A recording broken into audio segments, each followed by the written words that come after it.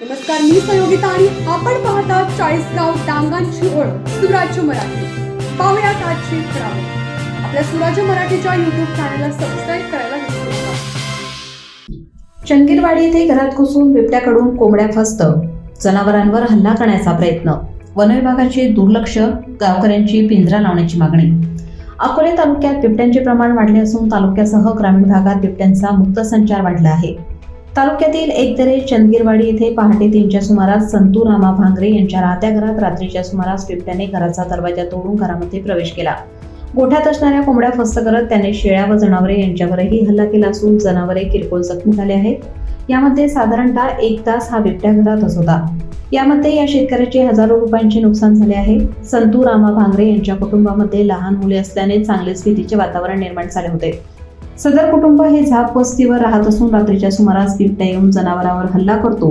आमचे 4 जणांचे कुटुंब आहे। रात्रीच्या सुमारास आल्यामुळे लाईट नसल्यामुळे आम्हाला काहीच करता आले नाही। वन विभागाने येऊन आम्हाला न्याय दिला पाहिजे। उद्या कदाचित आमचे कुटुंब आम्ही एकत्र राहत असता आमची लहान लहान मुले आहेत। वन विभागाने आमची गरिबाची जाण करावी, तसेच आम्हाला न्याय मिळवून द्यावा। प्रशासनाने व वन विभागाने येऊन बिबट्याला पिंजरा लावला पाहिजे। त्यामुळे एकदरे परिसरात पूर्ण भीतीचे वातावरण पसरले आहे।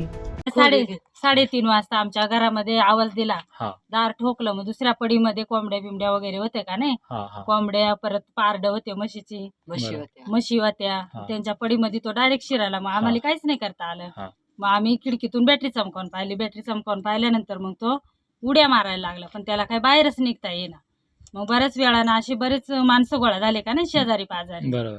मग काय नाही करता करता मग तो अपकाळ निघून गेला। बराच टाइम म्हणजे अर्धा तास होता। पण मग शक्यतो एखाद्या वेळेस आमची पोरं असं काय जर झालं असतं, घडलं असतं तर असं। साधारण मावशी कोंबड्या किती होत्या? कोंबड्या 4-5 कोंबड्या खाली आमच्या। 4-5 कोंबड्या। शेळ्या वगैरे होत्या का? शेळ्या वगैरे नव्हत्या। म्हशीचं पारडू?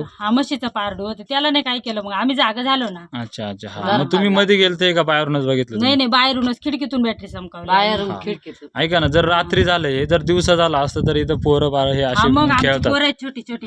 तर कसं मग न्याय कसा मागणार तुम्ही आता? आम्हाला काहीतरी मदत द्यावं, सरकारनं काहीतरी करावं। याची उपाययोजना काय करायला पाहिजे? पिंजरा द्यावा, धरून न्यावा। आमची रात्रीची बाहेर फिरायला लागतोय आम्ही, असं आहे का नाही। मग वन विभागाला काय सांगणार? वन विभागानं आमची काहीतरी गरिबाची जाण करावा। बिबट्याचा वाढतं प्रमाण आहे भरपूर, म्हणजे प्रमाणे हो। टीव्हीला बघतो आपण, एवढ्या शिफ्टीतून जर तो शिरला तर तो दरवाजा उघडून मध्ये येऊ शकतो। उद्या जीवितहानी पण होऊ शकते। असं आहे का नाही। जर लहान जर समजा 9 वाजता जर आले असतं, हे असे लेकरं असते त्यांनी काय केलं असतं? बरोबर, धरून नेलं असते का नाही? बरोबर। काहीतरी काळजी घ्या सरकारला, म्हणा पिंजरे लावा, काहीतरी व्यवस्थित काळजी घ्या। आम्ही जंगलामध्ये राहतोय, बरोबर आहे का नाही? बरोबर आहे। हानी ना तुम्हाला भीती, बरोबर। तो घरात जर घुसला एवढ्या याच्यावर मधून करायचं काय? आता तुम्ही साधारण किती कुटुंब राहतात घरात? घरात आम्ही 2 कुटुंब, पण कधी कोणी हाय, कधी कोणी म्हातारे। म्हणजे शेजारी घर वगैरे काहीच नाही? शेजारी हाय, एक घर एक आहे शेजारी। नाही, मग तुम्ही रात्रीची जर समजा तुम्हाला जर अशी घटना घडली तर आवाज कोणाला देणार तुम्ही? मग आता शेजाऱ्यांनाच आवाज दिला, शेवटी गाव लांब आहे, बरोबर आहे का नाही? बरोबर। मग शेजारी पाजारी आले, पण आम्ही काहीच करू नाही शकलो ना। दरवाजा उघडला तर त्यानं आमच्यावर अटॅक केला असता। हे 2 लेकर हे पण असतात ना तुमच्या? मग हे आमचे सहित, बरोबर। म्हणजे हे रात्रीची घटना झाली म्हणून काय नाही, जर दिवसा झाले असते तर दिवसा झाले असते काय केलं असतं? बरोबर।